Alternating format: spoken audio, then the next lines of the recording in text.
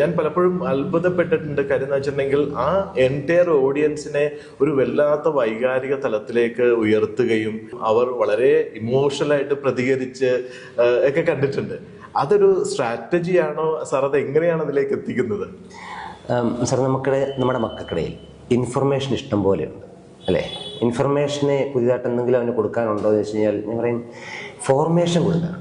ആ ഫോർമേഷൻ അവന് സാധിക്കണമെങ്കിൽ അവൻ്റെ വൈകാരിക തലത്തെ കൂടെ സ്പർശിക്കേണ്ടതുണ്ട്. ഇൻഫർമേഷൻ അവന് വർക്ക് ചെയ്ത് ട്രാൻസ്ഫോർമേഷനായി മാറണമെങ്കിൽ ആ ഇൻഫർമേഷനെ അവൻ വൈകാരിക തലത്തിൽ ഉൾക്കൊള്ളാൻ സാധിക്കേണ്ടതുണ്ട്.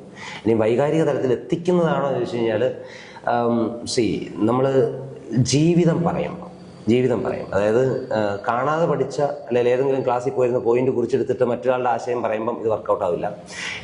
നമ്മുടെ പേരൻറ്റിങ്ങിൻ്റെ 2 വീഡിയോ കണ്ടിട്ട് പോയിരുന്നു പറഞ്ഞാൽ ശരിയത്. നമ്മൾ ജീവിച്ചൊരു ജീവിതം, ആ ജീവിതം ഇങ്ങനെ നമ്മൾ കൺവേ ചെയ്യുമ്പോൾ എനിക്ക് സാറിനോട് കഥ പറഞ്ഞു തുടങ്ങിയാൽ സാറിനും എനിക്കും തമ്മിൽ പറയാൻ ഒരുപാട് കാര്യങ്ങൾ കോമൺ ആയിട്ടുണ്ടാവും. ഇതിൽ നമ്മളെ പരസ്പരം സ്വാധീനിക്കുന്നതും നമുക്ക് പരസ്പരം ഇങ്ങനെ പറഞ്ഞ് ചിരിക്കാവുന്നതും കരയാവുന്നതുമായ കാര്യങ്ങളുണ്ടാവും. അങ്ങനെ പറയുമ്പോൾ സംഭവിക്കുന്നതാണ്. അങ്ങനെ ഞാനൊക്കെ ഒരു 38 വയസ്സ് വരെ ഞാൻ ജീവിച്ച ജീവിതത്തിനിടയ്ക്ക് കടന്നു വന്ന പച്ച യാഥാർത്ഥ്യങ്ങളെ അങ്ങനെ പറയുന്നതേ ഉള്ളൂ.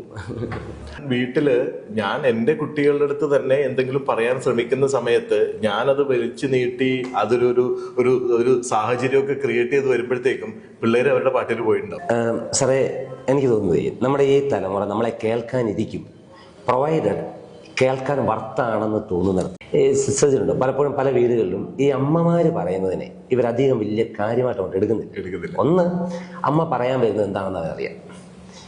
ഏകദേശം അമ്മ ഇവിടെ വരെ പറഞ്ഞു പോകുന്നതല്ല, ഇവനത് കേട്ട് കാണാപ്പാട് വരണം. അപ്പൊ അതിന്റെ ഒരു വർത്തന മതി ബാക്കി എനിക്കറിയാം. ഇവൻ ഈ കോൺവെർസേഷൻ ഇരിക്കും. ഒന്ന്, അവനെ കേൾക്കാനോടെ തയ്യാറാണെന്ന് തോന്നുന്നത്. 2, ഈ പറയുന്ന കാര്യത്തിൽ നിന്ന് എനിക്ക് എടുക്കാനോ അല്ലെങ്കിൽ അമ്മ മനസ്സിലാക്കിയിട്ടോ ആണ് സംസാരിക്കുന്നത് എന്ന് തോന്നുന്നത്. അതായത് അമ്മയ്ക്കിത് പറയാൻ ഇപ്പം ഇൻസ്റ്റാഗ്രാമിലെ ട്രെൻഡുകളെ പറ്റി ഒരു ഇൻസ്റ്റാഗ്രാം യൂസറായ ജെൻസിയോട് ഞാൻ സംസാരിക്കണമെങ്കിൽ മിനിമം ക്വാളിറ്റി എന്താണ്, ക്വാളിഫിക്കേഷൻ എന്താണ്? എനിക്കൊരു ഇൻസ്റ്റാഗ്രാം വേണം, എനിക്ക് അതിൻ്റെ അകത്ത് അത്യാവശ്യം ഫോളോവേഴ്സ് വേണം, അതിൻ്റെ അകത്ത് ഞാൻ വീഡിയോ ചെയ്യുന്ന ഒരാളായിരിക്കണം. അപ്പോൾ അങ്ങനെ ഒരാളിൽ നിന്ന് അവൻ കേൾക്കാനിരിക്കും. റാദർ ദാൻ ദാറ്റ് ഈ നമ്മൾ പറയുന്നതിനെക്കാട്ടിലുപരിയെ അവനെ ഉത്തരങ്ങളിലേക്ക് എത്തിക്കുന്നത് നല്ലതായിരിക്കും എനിക്ക് തോന്നുന്നു. Open ended questions. ഇങ്ങനെ ഒരു സാഹചര്യമാണെങ്കിൽ അതിലെന്തായിരിക്കും ബെസ്റ്റ് ഓപ്ഷൻ? നീ ഒന്ന് എനിക്ക് പറഞ്ഞു തരാമോ? എടാ, ഇങ്ങനൊരു സാഹചര്യമുണ്ട്, ഈ സാഹചര്യത്തിൽ എന്ത് ചെയ്യുന്നതായിരിക്കും ബെസ്റ്റ്, നീ ഒന്ന് പറഞ്ഞു തരാമോ?